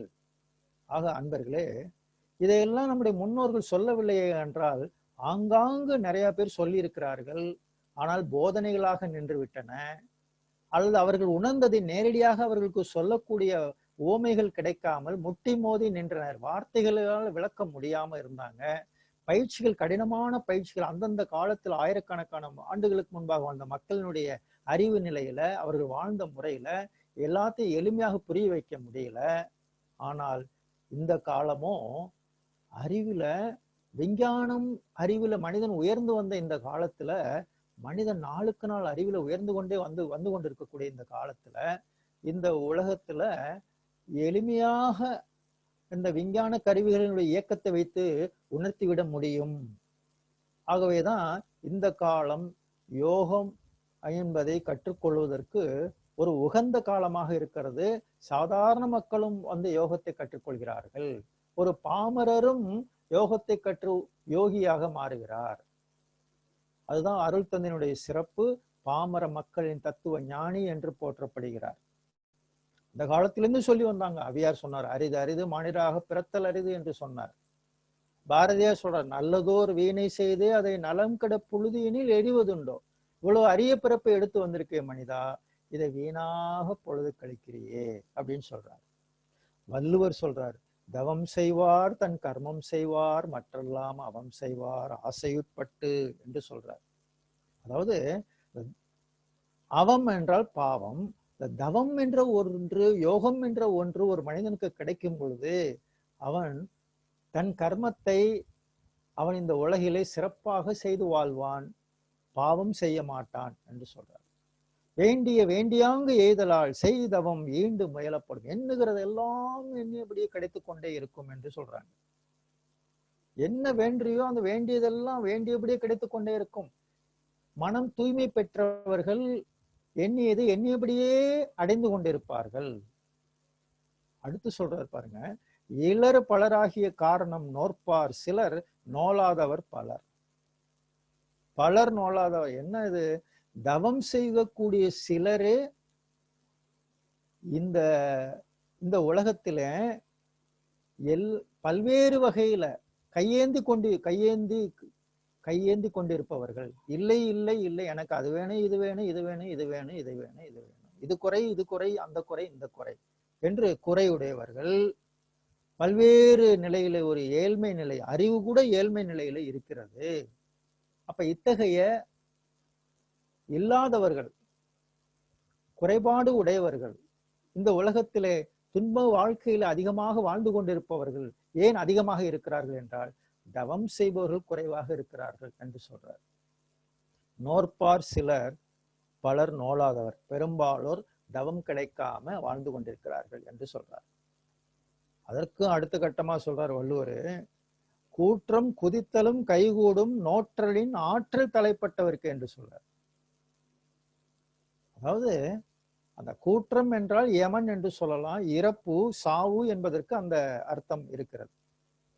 அந்த இறப்பை மரண பயம் அற்று கூட வாழக்கூடிய அளவுக்கு ஒரு மனிதனுக்கு ஒரு அமைதி கிடைச்சிரும். சாவை மிஞ்சியவன் சாமி என்று சொல்வார்கள். அதாவது இந்த சாவுதானே ஒரு மனிதனை இவ்வளவு பயமுறுத்துது. செத்துற போறோம் செத்துற போறோம் செத்துற போறோம், சாவு சாவு சாவு. அப்ப இதுக்குதான் மனித குலன் அவ்வளவு பயப்படுறான். இவன் உச்சகட்டமாக இவன் பயப்படக்கூடிய ஒன்று இருக்கிறது என்றால் சாவை பார்த்துதான் பயப்படுறான். அப்ப அது கூட இந்த தவம் செய்பவர்களுக்கு ஒரு அமைதியை கொடுத்து விடும், அதை பற்றி ஒரு தெளிவான சிந்தனை கிடைத்து விடும். சாவை மிஞ்சியவனாக அவனுடைய அறிவு உயர்ந்து அதற்கெல்லாம் விளக்கம் பெற்றிருக்கிறது. தவத்தினால் அருளாற்றல் நிரம்ப பெற்றவர்கள் தெய்வமாக உயர்ந்து நிற்பார்கள். வையத்துள் வாழ்வாங்கு வாழ்பவன் வானுரையும் தெய்வத்தில் வைக்கப்படும். இப்படி சொல்லிக்கிட்டே போலாம். எவ்வளவோ விஷயங்கள் வள்ளுவர் சொல்லியிருக்கிறாரு. இந்த உலக மக்களுக்கு இத்தகைய போதனைகள் நிறைய இருந்தாலும் எல்லோரும் ஒரு விளக்கம் பெற்றவர்களாக வாழ முடியவில்லை என்பது எதனால் என்றால், இந்த யோகம் என்பது ஒரு ரகசியமாக வைக்கப்பட்டு விட்டது. அதனுடைய உண்மை கருத்துக்கள் உள்ளபடி வெளியே முறையாக வந்து சேரவில்லை. அருள்தந்தை சொல்லுவாங்க, இருட்டடிப்பு செய்யப்பட்டு விட்டது என்று சொல்வார். யோக மார்க்கத்தில் இருக்கக்கூடிய பல்வேறு விஷயங்கள் ரகசியமாக வைக்கப்பட்டு விட்டன. அது ஒரு நேரடி குரு மூலியமாக கற்றுக்கொள்ள வேண்டும். தானே கற்றுக்கொண்டு தவறாக ஒரு செய்து துன்பங்களை அனுபவிக்க வேண்டாம். ஒரு தேர்ந்த நல்ல குருவை அடைந்து கற்றுக்கொள்ளணும், அவ்வளவுதான். ஆனா அரைகுறை குருவாக இருப்பவர்களோ அதை அவர்கள் உணராததுனால பல்வேறு விஷயங்கள் அது ரகசியம் என்று அவருக்கே தெரியாததுனால அதை ரகசியம் என்று சொல்லிவிட்டாங்க. அப்ப இந்த வகையில இந்த உலகத்தில் வாழ்ந்து கொண்டிருக்கக்கூடிய மக்கள் யோகம் தெரிந்தவர்கள் ஒரு பகுதியினர், யோகம் தெரியாதவர்கள் ஒரு பகுதியினர், ரெண்டா பிரிப்போமே. அப்ப இந்த யோகம் பயிலாதவர்கள், யோக சாதனையில் ஈடுபடாதவர்கள், யோகம், தவம், ஞானம், ஒரு குரு, ஒரு ஆன்மீகம் இத்தகைய சிந்தனையில முழுமையாக தன்னை ஈடுபடுத்திக் கொள்ளாமல் வாழ்ந்து கொண்டிருப்பவர்களுடைய அறிவு நிலை ஒரு மயக்கத்தில் இருக்கிறது, ஒரு இருளில் இருக்கிறது. இவர்கள் பழக்க பதிவுகளிலேயே வாழ்ந்து கொண்டிருக்கிறார்கள். இவர்கள் அஞ்ஞானத்தில் வாழ்ந்து கொண்டிருக்கிறார்கள். இவர்கள் அடிக்கடி நோய்வாய்ப்பட்டு ஒரு நோயாளியாகவே காட்சியளித்துக் கொண்டிருப்பார்கள்.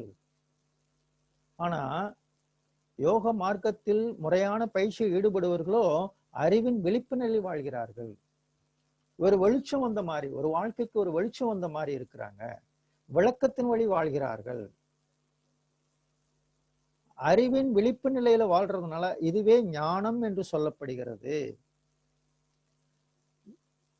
இவங்கள ஒரு மருத்துவராகவும் மருத்துவ அறிவு பெற்ற அளவுக்கு உயர்ந்து விடுகிறார்கள். அதாவது இந்த உடலிலே வலி எப்படி வருகிறது, நோய் எப்படி வருகிறது, முதுமை எப்படி வருகிறது, மரணம் எப்படி சம்பவிக்கிறது, இதை பற்றி தெரிந்து கொள்வது ஒரு மருத்துவ ஞானம் இல்லையா? அப்ப அந்த அளவுக்கு இந்த உடல் கூறுகளையும், உடலை பற்றிய ஞானம், உயிரை பற்றிய ஞானம், மனதை பற்றிய ஞானம், இது எல்லாவற்றையும் அறிந்த ஒரு மருத்துவர் என்று சொல்லக்கூடிய அளவுக்கு அந்த ஞானம் கிடைக்கிறது. ஆனால் அஞ்ஞானத்தில் இருப்பவர்களும் இந்த உலக வாழ்க்கையில் பெரும்பான்மையான மக்கள் அந்த இன்பம் துன்பம் இதை மாறி மாறி அனுபவிச்சுட்டு இருக்கிறாங்க. நம்ம பாக்குறோம், இன்பம் துன்பம். காலையில சொல்லுவாங்க எப்படி இருக்கீங்க, நல்லா இருக்கிறேன். அதே மாலையில ஏங்க கேக்குறீங்க, அவ்வளவு சிக்கல் வந்து போச்சு அப்படிம்பாங்க. இப்படி காலையில நல்லா இருக்கிறாங்க, மாலையில நல்லா இல்லை. இப்படி மாறி மாறி அவருடைய மனமானது வேவரிங் மைண்ட், மன அலைச்சல் மாறி மாறி மாறி காலை மாலை இல்லை, அடுத்தடுத்த நிமிஷத்துக்கு ஒரு குணம், நிமிஷத்துக்கு ஒரு மனம், நிமிஷத்துக்கு ஒரு உணர்வு என்று இந்த இன்பமும் துன்பமும் மாறி மாறி மனிதனை அலைக்கழித்து கொண்டிருக்கிறது. இப்படிப்பட்ட நிலைதான் அஞ்ஞானத்துல அறிவு மயக்கத்துல இருப்பவர்களுடைய நிலை. ஆனால் யோக மார்க்கத்தில் இன்பம், அமைதி, பேரானந்தம் என்று சொல்லக்கூடிய நல்ல உணர்வுகளை பெற்று வாழ்ந்து கொண்டிருப்பார்கள். அறநெறி என்று பார்க்கும் பொழுது இந்த யோகத்திலே தான் முழுமையான ஒரு அறநெறி, ஒரு தர்மத்தை பற்றி, அறத்தை பற்றி ஒரு போதனை செய்து அதை கடைபிடிக்க சொல்கிறது. ஒழுக்கம், கடமை, ஈகை என்ற உணர்வுகளை எல்லாம் யோக மார்க்கத்தில் முறையாக விளக்கப்படுகிறது. யாருக்கும் துன்பம் கொடுக்காம வாழணும், உன்னுடைய கடமைகளை சிறப்பாக செய்ய வேண்டும், நீ பிறருடைய துன்பத்தை போக்கி வாழணும், இதுதான அறம். அப்ப இத்தகைய உயர்ந்த கருத்துக்கள் எல்லாம், அந்த அறநெறிகளை எல்லாம் கடைபிடித்து வாழக்கூடியவனாக ஒரு யோகி இருக்கிறார். இந்த யோகம் கிடைக்காதவர்கள், தவம் கிடைக்காதவர்கள், அதுல ரெண்டு பகுதி இருக்கிறாங்க. இறைவனை நம்புகிற ஒருத்தவங்க, இறைவனை நம்பாதவர்கள். இந்த இறைவனை நம்புகிற நிலை, இறைவனை நம்பாத நிலை. ஆனால் யோகியோ இறைவனை நம்பி, இறைவன் ஒருவர் இருக்கிறார் என்று நம்புகிறார், இறைவன் எப்படி இருக்கிறார் என்று தெரிந்து கொள்கிறார். அதற்கு மேலாக இறைவனை உணர்ந்து கொள்கிறார். அதான் யோகி படிப்படியாக தன்னை உயர்த்தி கொண்டே செல்கிறார். இந்த மனித பிறவியினுடைய நோக்கமே இறைவனை உணர்ந்து கொள்வதற்காகவே இந்த மனித பிறவி வந்திருக்கிறது என்று சொல்றார்.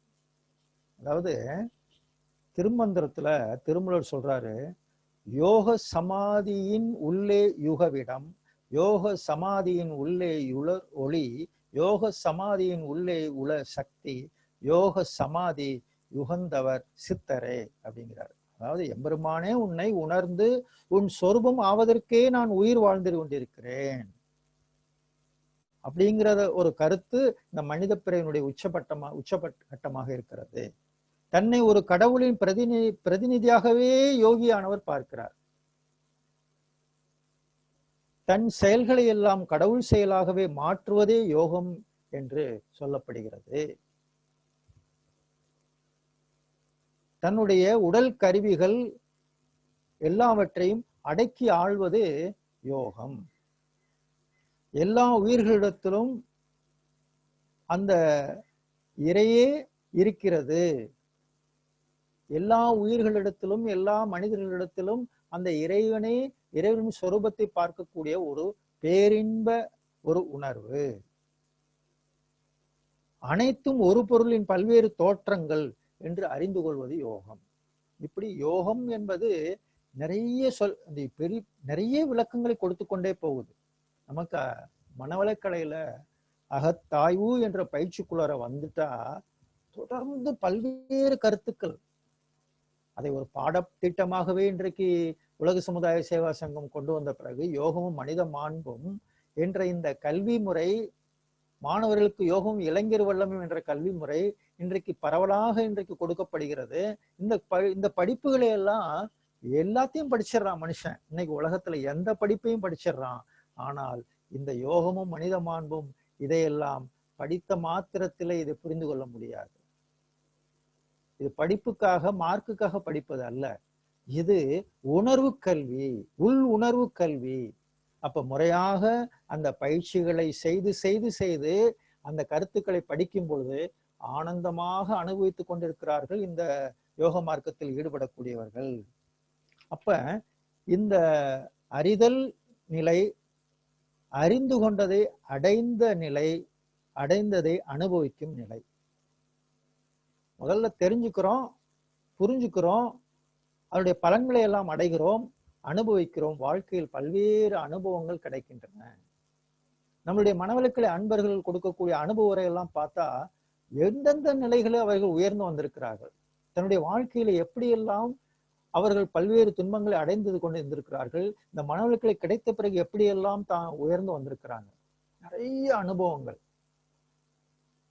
மனவளக்கலைக்கு முன்பு, மனவளக்கலைக்கு பின்பு ஒரு மனிதனை எப்படியெல்லாம் மாற்றி அமைத்திருக்கிறது என்று பார்த்தா அவ்வளவு ஒரு மாற்றத்தை இந்த மனவளக்கலை மனித குலத்திலே, தனி மனித வாழ்க்கையில, குடும்ப வாழ்க்கையில, சமுதாய வாழ்க்கையில இன்றைக்கு இதுல அனுபவம் பெற்றவர்கள் பல ஆண்டுகளாக அதையே ஒரு ஒரு சரித்திரமாக ஒரு ஹிஸ்டரியா எடுத்து டாக்குமெண்ட் பண்ணணும்னா அந்த கருத்துக்களை இந்த உலகத்துக்கு கொண்டு போனோம்னா மிகப்பெரிய அளவுல இந்த மனித மனவளக்கலைக்கு மிகப்பெரிய ஒரு மதிப்பும் இதனுடைய ஒரு பெருமையும் தெரிய வரும். அவ்வளவு அனுபவங்கள் கொட்டி கிடைக்கின்றன.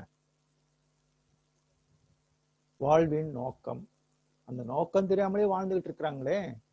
ஆனா யோகம் என்பது வாழ்வினுடைய நோக்கத்தை தெரியப்படுத்துகிறது, மறைவு ரகசியங்களை உணர்த்துகிறது, நான் யார் என்ற ஒரு செல்ஃப் ரியலைசேஷனை கொடுக்குது. நான் யாரு, எங்கிருந்து வந்தேன், எனது மூலம் என்ன, பாவ புண்ணியங்களுக்கான விளக்கங்களை யோக மார்க்கத்தில் தான் தெளிவாக கொடுக்கப்படுகிறது. அது மட்டுமல்ல, சொர்க்கம் நரகம் என்ற கருத்துக்களுக்கெல்லாம் முழுமையான விளக்கம் யோகத்திலே வழங்கப்படுகிறது. முக்தி முக்தி என்ற ஒரு வார்த்தையை சொல்வார்கள். அது இறந்த பிறகு ஏதோ அடையக்கூடியதுன்னு நிறைய பேர் நினைச்சிட்டு இருக்கிறாங்க. ஆனா யோக மார்க்கத்தில் வாழும் பொழுதே அடையக்கூடியது முக்தி அப்படிங்கிற ஒரு உணர்வு இந்த யோகத்திலே தான் கொடுக்கப்படுகிறது. இன்னும் பார்த்தோம்னா இந்த மனிதன் வாழ்க்கையில அந்த முனைப்பு என்ற ஒரு நிலையில வந்து தீய குணங்களை பெருக்கிக் கொண்டு பஞ்சமகா பாதகங்களை செய்து பல்வேறு துன்பங்களை அனுபவித்துக் கொண்டிருக்கிறான். இந்த முனைப்பு என்பது யோகத்திலே நீங்குகிறது. தீய குணங்களை மாற்றி அமைத்துக் கொள்கிறான், நற்குணங்களை பெறுகிறான், பாவ பதிவுகளை போக்கிக் கொள்கிறான், இனி பளிச்சில் புரியாத ஒரு நிலையை அடைகிறான்.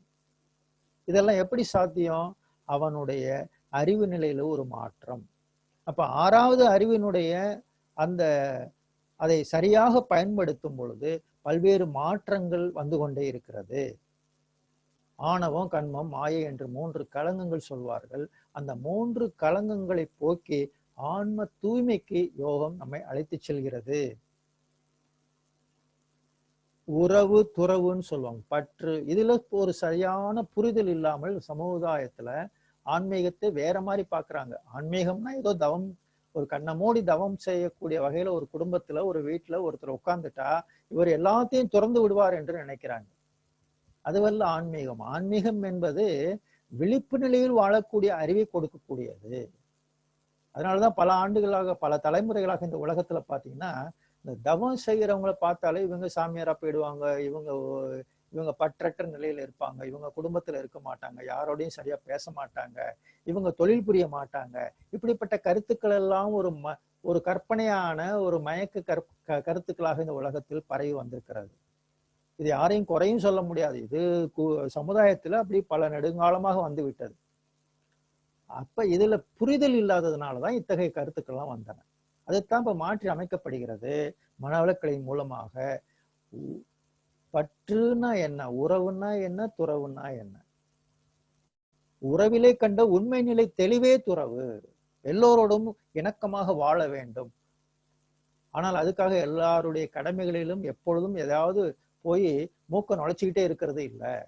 ஒரு பற்றற்ற மனநிலையில் தன்னுடைய பொறுப்பையும் கடமையும் உணர்ந்து எல்லோருக்கும் ஒத்தும் உதயமாக வாழ்ந்து அப்படிப்பட்ட நிலையில ஒரு துறவோடு கூடிய ஒரு உறவு. இதுக்கான விளக்கம் யோகத்திலே கொடுக்கப்படுகிறது. அறிவு நல்லா உயர்வு பெற்ற நிலையில இருக்குது. பொறுமை, விட்டு கொடுத்தல், தியாகம் போன்ற நற்குணங்கள் எல்லாம் மிளிர்கிறது. என்ன இப்படி நிறைய சொல்லிக்கிட்டே போலாம். அன்பு, அருள், தயவு, கருணை, தன் அடக்கம், இப்படிப்பட்ட செயல்பாடுகள். அப்ப இன்னைக்கு ஒரு யோக வாழ்க்கை வாழ்ந்து கொண்டிருக்கக்கூடிய மனிதர்கள் பாத்தீங்கன்னா குடும்பத்துல இருக்கிறாங்க, குடும்ப அமைதியை பெற்று வாழ்கிறார்கள், குடும்ப கடமை சிறப்பாக செய்கிறார்கள், தன் கடமை சிறப்பாக செய்கிறார்கள். அதற்கு மேலாக ஊரு உலகம் என்ற வகையில தன்னுடைய கடமைகளை விரித்து கொண்டே வருகிறார்கள். அருள் தந்தை சொல்லுவாங்க, தான், குடும்பம், சுற்றம், ஊர், உலகம் என்ற ஐவகை கடமைகளில் உயர்ந்து கொண்டே வர வேண்டும். அப்பொழுது மனம் அமைதி பெறும். அதே சமயம் அந்த கடமைகளில் ஒன்றினால் ஒன்று கெடாமல் பார்த்து கடமையாற்ற வேண்டும் என்று சொல்வார். இன்னொன்னு, குணங்களை பற்றி சொல்லும்போது சாத்வீகம், தாமச குணம், ரஜோகுணம் எல்லாம் சொல்லுவாங்க. இந்த 3 குணங்களிலே சாத்வீக குணமே மேலோங்கி இருக்கும். ஒரு யோகிக்கு சாத்வீக குணமே மேலோங்கி இருக்கும். சாதாரண மாணவர்களுக்கு ரஜோ குணமும் தாமச குணமும் மேலோங்கி இருக்கும். அடுத்தது இறை நீதின்னு ஒண்ணு இருக்குது. அந்த இறை நீதி, இப்ப அரசாங்கம் நமக்கு டெய்லி ஒரு சட்டத்தை போட்டு இப்படி நடந்துக்குங்க, இந்த மாதிரி நடந்துக்குங்க, டெய்லி ஒரு சட்டத்தை சொல்லிக்கிட்டே இருக்குது இல்லையா? இந்த காலகட்டத்துல நம்ம தினந்தோறும் அரசாங்கம் என்ன சொல்லுது, இன்னைக்கு என்ன சட்டத்தை போடுது, அதை பின்பற்றுவோம் என்று டெய்லி பார்த்துக்கிட்டு இருக்கோம். இது அரசாங்கம் வகுத்து கொடுக்கக்கூடிய சட்டம். யாருக்காக? இந்த சட்டங்கள் சமுதாயத்துக்கு நலம் தரக்கூடிய வகையில அரசாங்கம் உற்பத்தி செய்து கொடுக்கிறது. சமுதாய நலனுக்காக அரசாங்கம் ஏற்படுத்தப்பட்ட சட்ட திட்டங்கள். இறை சட்டம் என்று ஒன்று இருக்கிறது.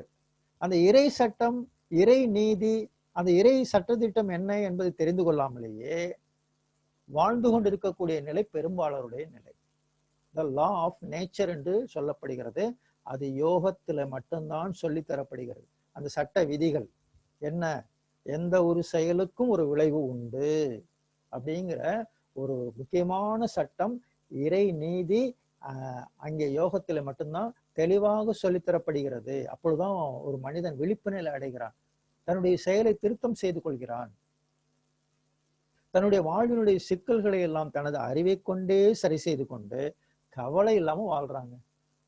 நீங்க பாத்தீங்கன்னா சாதாரணமா உள்ளவங்க அந்த மன அலைச்சல் வேகத்துல மனதினுடைய தன்மையை உணராததுனால பல்வேறு சிக்கல்களை பெருக்கிக் கொண்டு எப்போதும் கவலைப்பட்டுக்கிட்டே இருப்பாங்க. அது மட்டும் இல்ல, ஆசைகளை மேலும் மேலும் பெருக்கிக் கொண்டே இருப்பாங்க. ஏதாவது வாழ்க்கை எப்படி போகுதுன்னா விதிவசத்தால போகுது, ஏதாவது துன்பம் வந்துச்சுன்னா என்னோட விதின்னு நொந்து கொள்வாங்க. ஆனால் யோகி என்பவர் கவலை இல்லாமல் வாழ்வார், ஆசைகளை முறைப்படுத்தி கொண்டு நிறைமனம் பெற்று விடுவார். விதியை மதியால் வென்று வாழக்கூடிய நிலைக்கு தன்னை உயர்த்தி கொள்கிறார். இதுக்கெல்லாம் அப்பாற்பட்டு மனிதன் யோகத்துல தான் ஒரு ஆன்மஸ்வரூபமாக இருக்கிறேன் என்பதை உணர்ந்து கொள்கிறான். நான் உடல் அல்ல, நான் ஆன்மாவாக இருக்கிறேன் என்பதை உணர்ந்து கொள்கிறான். அப்படிப்பட்ட நிலையில தான் ஆன்மாவாக இருக்கிறேன் என்றால் அப்ப இறைவன் யார்? இறைவனும் ஆன்மாவாக இருக்கிறார். நான் ஒரு சிறிய இந்த உடலுக்குள்ளார எல்லை கட்டப்பட்ட ஒரு ஜீவ ஆன்மாவாக இருக்கிறேன், ஜீவாத்மாவாக இருக்கிறேன், இறைவன் பரமாத்மாவாக இருக்கிறார். அப்ப நான் இந்த உடல் என்ற சிறையில் அகப்பட்டு கொண்ட நிலையிலே நான் இருக்கிறேன். அப்ப ஒரு நாள் இந்த உடல் அழியக்கூடிய நிலையில இருக்கிறது. ஆகவே இந்த சிறைப்பட்ட நிலையிலிருந்து நான் விடுதலை பெறுவது எப்படி? பிறவி பெருங்கடல் நீந்துவர் நீந்தார் இறைவனடி சேராதார் என்ற வள்ளுவருடைய குரலுக்கெல்லாம் விளக்கம் கிடைக்கிறது. அழியக்கூடிய இந்த உடலை வைத்துக்கொண்டு வாழும் பொழுது அழியாத தேகத்தை எப்படி அடைய வேண்டும் என்று விழிப்பு நிலை கிடைக்கிறது. அதற்கான பல்வேறு பயிற்சிகள் கிடைத்ததுனால அது ஒரு ஆனந்தத்தை அடைகிறது. இந்த ஆன்மா வாழுங்காலத்தில் ஒரு ஆனந்தத்தை அடைகிறது. அதான் சச்சிதானந்த நிலை என்று சொல்வார்கள். சத்து சித்து அனந்தம் என்று சொல்லக்கூடிய ஒரு மெய்யுணர்வு பெற்ற நிலை. இவ்வாறு ஒரு ஆனந்தத்தை அடைந்த நிலையே யோக மார்க்கம். இந்த யோகத்துல இவ்வாறு நிறைய கருத்துக்கள் சொல்லிக்கொண்டே போகலாம். எல்லாவற்றையும் ஒருங்கிணைத்து எளிமையாக அருள் தந்தை அவர்கள் நமக்கு மனவளக்கலை யோகமாக வழங்கியிருக்கிறார்கள். அது ஒரு வேதாத்திரிய யோகமாக இன்னைக்கு உலகமெங்கும் வளம் வந்து கொண்டிருக்கிறது. உலகமெங்கும் இதை ஆர்வமாக கற்றுக்கொண்டிருக்கிறார்கள். அதுவும் இந்த காலகட்டத்துல பல்வேறு நாட்டில் இருக்கக்கூடிய மனவளக்கலை பயின்ற அன்பர்கள் எல்லாம் ஒன்றாக இணைந்து இணைந்து இணைந்து இந்த சிந்தனைகளிலே பயிற்சிகளிலே அதிகமாக ஈடுபட்டு கொண்டிருக்கக்கூடிய மிகப்பெரிய ஒரு ஆர்வத்தை பார்க்கிறோம். அப்படிப்பட்ட சூழ்நிலையில உங்களோடு இந்த யோக ரகசியம் என்ற ஒரு தலைப்புல இதுகாரம் அடியனுக்கு தெரிந்த கருத்துக்களை உங்களோடு பகிர்ந்து கொண்டிருக்கிறேன் என்று கூறி இந்த நல்லதொரு வாய்ப்பை வழங்கிய அன்பு உள்ளங்களுக்கு நன்றி கூறி எனது உரையை நிறைவு செய்கிறேன். வாழ்க வையகம், வாழ்க வையகம், வாழ்க வளமுடன்.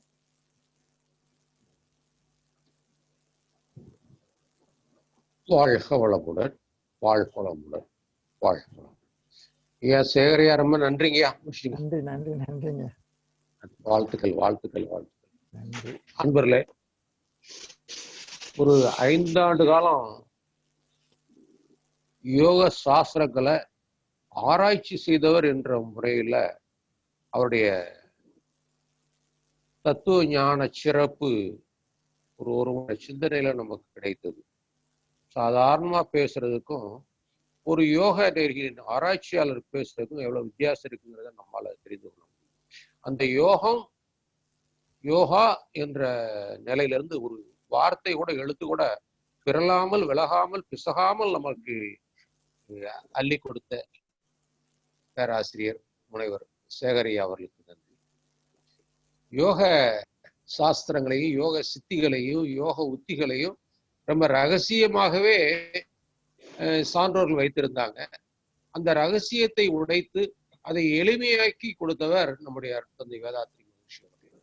அவர் கொடுத்த பயிற்சிகளை இன்னும் மக்களுக்கெல்லாம் போய் வெளிநாடுகள் வரைக்கும் போய் அந்த ரகசியத்தை உடைத்து அதை சாதாரண மக்களுக்கும் ஆண்களுக்கும் பெண்களுக்கும் கொண்டு செல்லக்கூடிய ஒரு தொண்டை ஆற்றிக் கொண்டிருக்கக்கூடிய அன்பு நண்பர் முனைவர் பேராசிரியர் உலக சமுதாய சேவா சங்கத்தினுடைய பொதுச் செயலாளர் ஐயா சேகரையா அவர்களுக்கு நம் அத்தனை அன்பர்களின் சார்பாக நெஞ்சார்ந்த நன்றியை தெரிவித்துக் கொள்வோம்.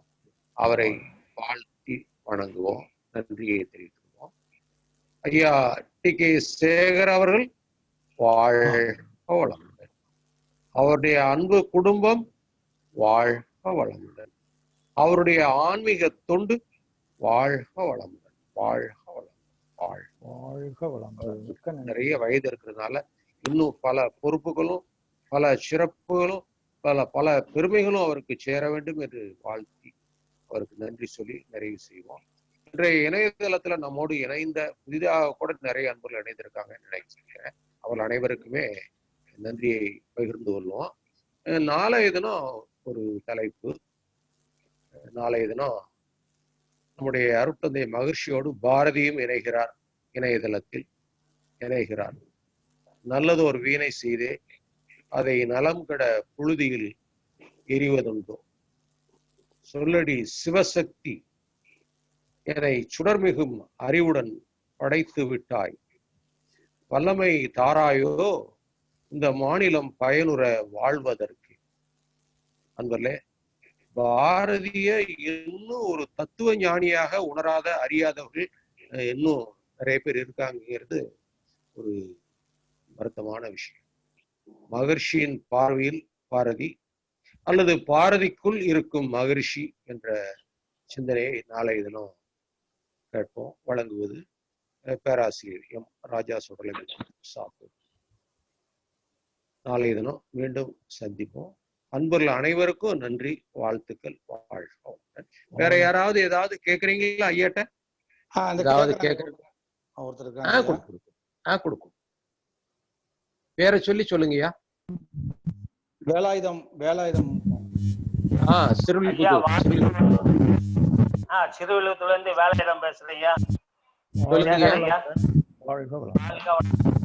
உங்க உரை கேட்டதே இல்லை, இன்னைக்குதான் கேட்டிருக்கேன். ரொம்ப மன நிறைவா இருந்துச்சு.